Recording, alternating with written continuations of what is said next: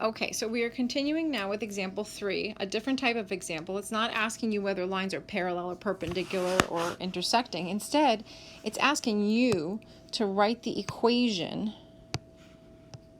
of a line. Okay, so whenever you see that beginning, write the equation of a line, you should be thinking of that you're going to be writing a y equals mx plus b equation, slope-intercept form equation. And remember, you're basically following the same steps every time you're finding m, you're finding b. Okay, as long as you have m and b, you can write the equation of the line. So this line, the clue they gave us is it's going to be parallel to the line x equals negative 2y plus 5, and it's going to pass through the point 1 comma negative 4.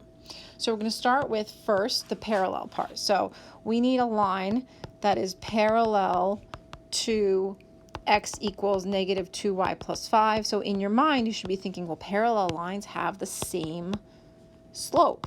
So I need to find the slope of this line. So I'm, again, very much like yesterday, I'm going to isolate y. I'm going to get this into y equals mx plus b.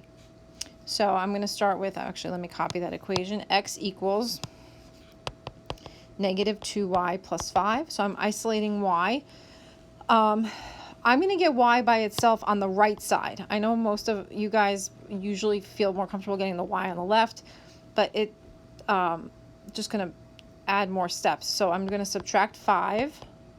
So I have x minus 5 equals negative 2y, and I'm going to divide by negative 2. Okay, it doesn't matter which side y is isolated on. So y is on the right side. Y equals, remember there's an invisible 1 here, so this is negative 1/2 x. And then negative 5 divided by negative 2 is a positive, and remember you can just leave it as a fraction. So if you feel more comfortable at the end, you can switch the order. Y equals negative 1/2 x plus 5/2. Okay, think about where you're looking. If you want the same slope, you are looking at the m value, the coefficient of x, which is negative 1/2. That's the first part, parallel to that line. So I'm going to save this value, m equals negative 1/2, and I'm going to come back to it later. I'm now going to step 2. The step 2 is it passes through the point 1, negative 4, so I need to find b, right? I found my m, I need to find b. So very similar to yesterday's process, I'm going to find b using this clue that they gave me, 1, negative 4. Remember, 1 represents the x coordinate, negative 4 represents the y coordinate. So I'm going into y equals mx plus b. I'm going to plug in everything that I know. I know m is negative 1/2 from step 1. I know x is going to be 1, and I know y is negative 4. And b is my unknown. B is what I'm solving for. So this time I'm going to clear fractions, right, because my denominator 2 does not go into 1. So it'll be easy if I just multiply everything by 2, 2, 2. So I have negative 8 equals 2 divided by 2 is 1. So negative 1 times 1 is negative 1 plus, remember, 2 times b. Don't forget to multiply the b by 2. So I'm going to add 1 to both sides. I now have negative 7 equals, this cancels 2b, divide by 2, b equals negative 7/2. So I've got my y-intercept now, and your final answer is just putting them together. The slope, negative 1/2, times x, and then the y-intercept, minus 7/2. Okay, we're going to do one more. This time it's going to be very similar, only instead of parallel to a line, you're going to be looking for a line perpendicular to a particular line. So example 4 says, write the equation for the line that is perpendicular to the line 4y minus 1 equals 2x, and that passes through the point 27. So same steps, only this time it's perpendicular. So first I need to find the slope. Let me switch to pen. I need to find the slope because I want a line that's perpendicular to 4y minus 1 equals 2x. That means I want the slope that is opposite signs and reciprocal. Okay, so I'm going to isolate y. 4y minus 1 equals 2x. I'm going to add 1. 4y equals 2x plus 1. I divide by 4. I have a slope of 1/2, because 2 divided by 4 is 1/2, x plus 1/4.